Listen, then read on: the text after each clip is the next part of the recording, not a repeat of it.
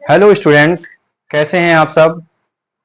उम्मीद करता हूं आप सभी लोग अच्छे होंगे और मेरे वीडियो का बेसब्री से इंतजार कर रहे होंगे।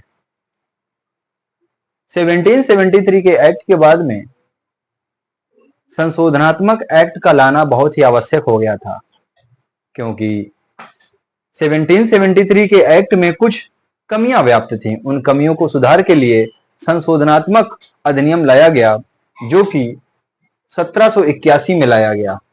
उसके बाद में पिट्स इंडिया एक्ट आया 1784 में, जिसमें कई सारे कानूनी प्रावधान किए गए। इस तरीके से धीरे धीरे कंपनी अपने विस्तार को भारत में विस्तृत करती चली गई। कई सारे कानून, अधिनियम, चार्टर एक्ट, ये सब उसने भारत की गरिमा के लिए नहीं बनाए थे, बल्कि उसने अपने व्यापार को और अपनी सत्ता को स्थापित करने के लिए ये कानून और अधिनियम बनाए थे। तो आइए इन दो अधिनियमों के बारे में समझते हैं कि इनमें क्या ऐसा खास है। तो ज्यादा देर न करते हुए वीडियो की शुरुआत करते हैं।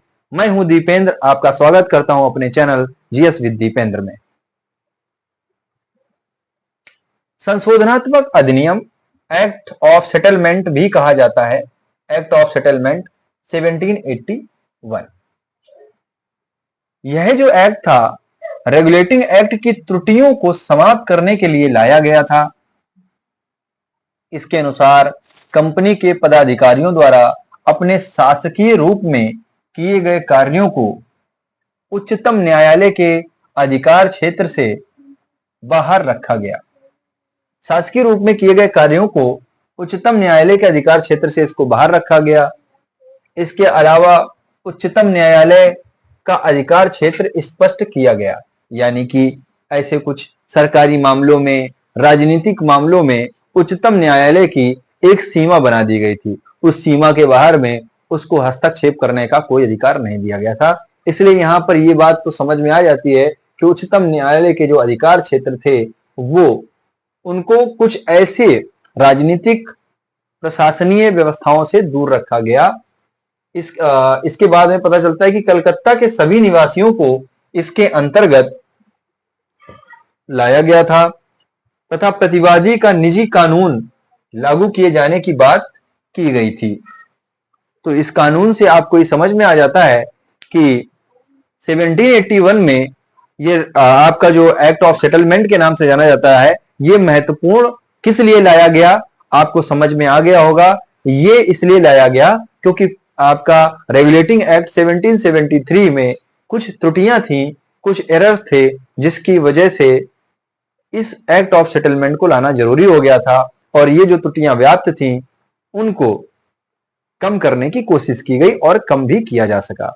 इसमें महत्वपूर्ण जो त्रुटि दिखाई पड़ी, अगर आप उसको पढ़ के समझ रहे होंगे, तो यहां पर जो सबसे ज्यादा किसी को अधिकार प्राप्त था, वो उच्चतम न्यायालय को अधिकार प्राप्त था, जो कि इस एक्ट ऑफ सेटलमेंट में उच्चतम न्यायालय के अधिकार क्षेत्र को सीमित कर दिया गया। और यही एक वजह सही सामने आती है कि किस प्रकार की कमियां व्याप्त थी। दूसरी बात यह है कि अगर हम ये लास्ट वाली लाइन समझे कि कलकत्ता के सभी निवासियों को इसके अंतर्गत लाया गया था, इस 1781 के एक्ट ऑफ सेटलमेंट के अंतर्गत लाया गया था, तथा प्रतिवादी का निजी कानून, निजी मतलब जो प्राइवेट लॉ होते हैं, है ना, मतलब निजी कानून जो होते हैं, उनको लागू किए जाने की बात की गई थी। पिट्स इंडिया एक्ट 1784, ये सारे एक्ट मैं आपको पॉलिटी विषय में पढ़ा चुका हूं।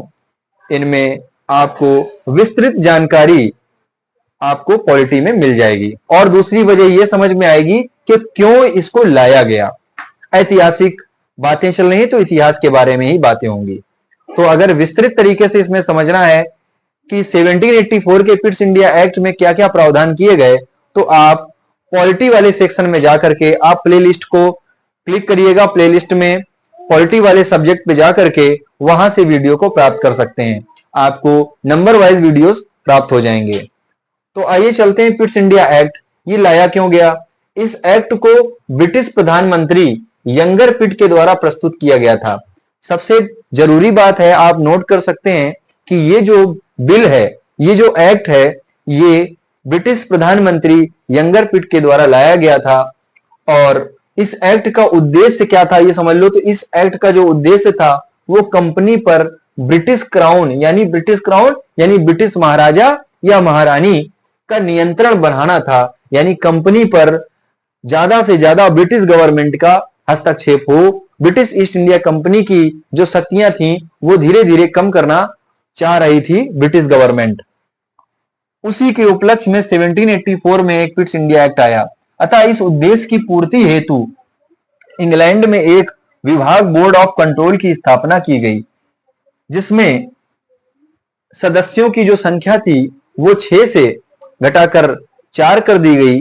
और आगे की बात करें तो वो यही है कि गवर्नर जनरल की परिषद सदस्यों की संख्या घटाकर 3 कर दी गई। मतलब अगर जो गवर्नर जनरल की परिषद थी वो कितने सदस्यों की बनी थी? 4 सदस्यों की बनी थी। अब उसको घटा करके 3 कर दी गई। आप बात समझ रहे हैं? धीरे धीरे से समझते चलिएगा। इस एक्ट के माध्यम से द्वैध शासन प्रणाली की शुरुआत हुई, जो अनवरत यानी बिना रुके 1858 तक चली। द्वैध शासन प्रणाली, तो द्वैध शासन यानी कि 2 तरीकों से शासन करना द्वैध शासन प्रणाली कहलाती है। या 2 गवर्नमेंट काम करें एक ही जगह पर तो उसको द्वैध शासन प्रणाली कहते हैं। डुअल गवर्नमेंट सिस्टम जिसको कहते हैं। तो डुअल गवर्नमेंट सिस्टम की शुरुआत इसी 1784 के अधिनियम के तहत हुई और 1858 तक चली। ठीक है, आगे की बात करते हैं। पिट्स इंडिया एक्ट से पूर्व फॉक्स ने इंडिया बिल प्रस्तुत किया था, परंतु यह बिल हाउस ऑफ लॉर्ड्स में पारित नहीं हो सका, जिसके कारण लॉर्ड नॉर्थ, ये लॉर्ड नॉर्थ कौन है? ये लॉर्ड नॉर्थ वही हैं जिन्होंने 1773 के एक्ट को पास कराया था, तथा फॉक्स की मिलीजुली सरकार को त्याग पत्र देना पड़ा। और यह पहला और अंतिम अवसर था जब किसी भारतीय मामले पर ब्रिटिश सरकार गिर गई हो। बहुत ही इंपॉर्टेंट है 1784 का पिट्स इंडिया एक्ट, जिसमें आपको कई सारी बातें पता चलती हैं, इतिहास के बारे में पता चलता है। अगर आपसे क्वेश्चन कर दिया जाए कि ब्रिटिश गवर्नमेंट में सत्ताधारी पार्टी जो पहली बार भारत के किसी मामले पर उसकी सरकार गिर गई हो, तो ऐसे कौन सा एक्ट या अधिनियम रहा? तो आपका आंसर होगा 1784 का पिट्स इंडिया एक्ट। अब आपके लिए एक क्वेश्चन है और आप लोग इसका आंसर कमेंट बॉक्स पर दे सकते हैं। आपका क्वेश्चन इस प्रकार है कि पिट्स इंडिया एक्ट को लाने वाले व्यक्ति का नाम बताइए। सो स्टूडेंट्स, आज का वीडियो यहीं तक के लिए। अब मैं आगे आपके लिए लेकर के आऊंगा आगे के अधिनियम। तब तक के लिए bye bye and thank you. जय हिंद, जय भारत।